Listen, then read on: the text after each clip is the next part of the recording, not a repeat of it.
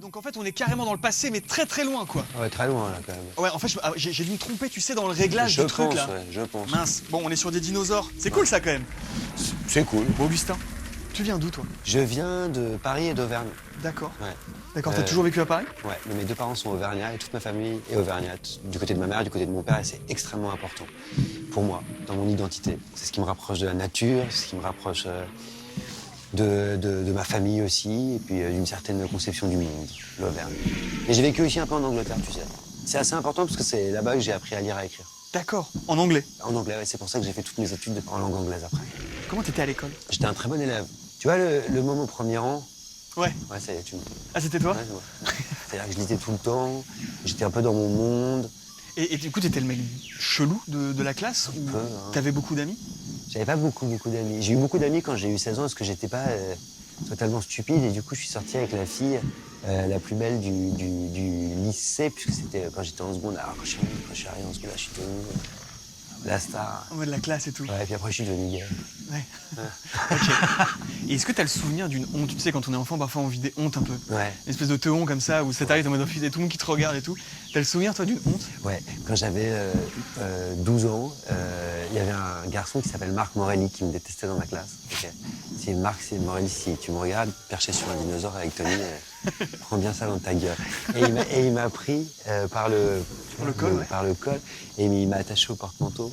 Et j'étais comme ça, tu sais. Comme dans les films? La honte, j'étais tout rouge après. Ah, c'est génial. Mais attends, j'ai pas pleuré. c'est vrai? Et j'aurais pu pleurer, ça aurait été ok de pleurer. Mais j'ai pas pleuré, ok? Ok, t'as pas pleuré. Et c'était quoi ta relation justement avec tes parents? Une relation, je pense, d'incompréhension pendant très longtemps. C'est-à-dire je pense qu'ils ne comprenaient pas du tout qui j'étais. D'ailleurs, pendant très longtemps, ma parole n'avait aucune valeur. C'était un peu la parole du clown ou la parole du poète, tu sais. À chaque fois que je disais quelque chose, mes parents étaient là. Ouais, ok. Tu vois, j'étais un peu le mec. Et il y a quelque chose que tu leur as jamais dit? Tu vois, que ce soit Je soit leur une ai bêtise, dit, soit ouais. un truc que Ouais. tu leur as toujours caché, tu vois. Ouais, et j'avais dit que je les aimais. Parce qu'on est dans une famille où on ne dit pas je t'aime.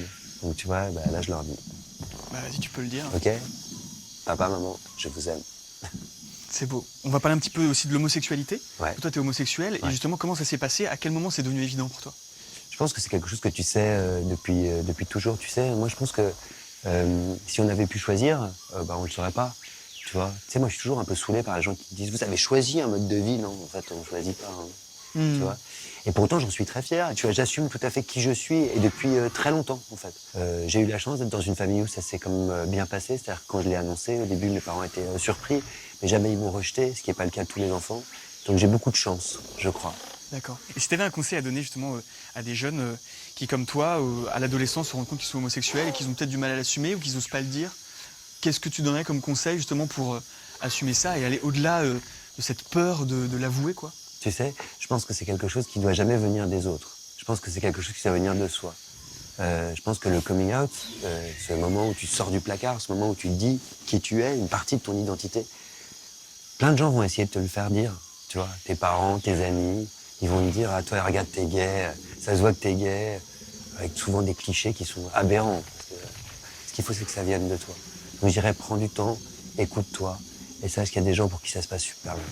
Si le grand Augustin, parce que maintenant tu es grand, il avait en face de lui le petit Augustin, qu'est-ce qu'il lui dirait comme message? Qu'est-ce que tu aimerais lui dire comme conseil ou comme petit message? Tout va bien. Bon, bah merci beaucoup. C'est moi qui te remercie, c'était super. Ouais. C'était bien, hein? Bravo pour ton interview. Eh bah écoute, c'est très gentil. Par contre là, le dinosaure il commence un peu à être excité là. Ouais, c'est un peu relou. Oula, doucement. Le tien ça va? Un peu chelou. Ouais. Il commence à aller un peu vite là, bon.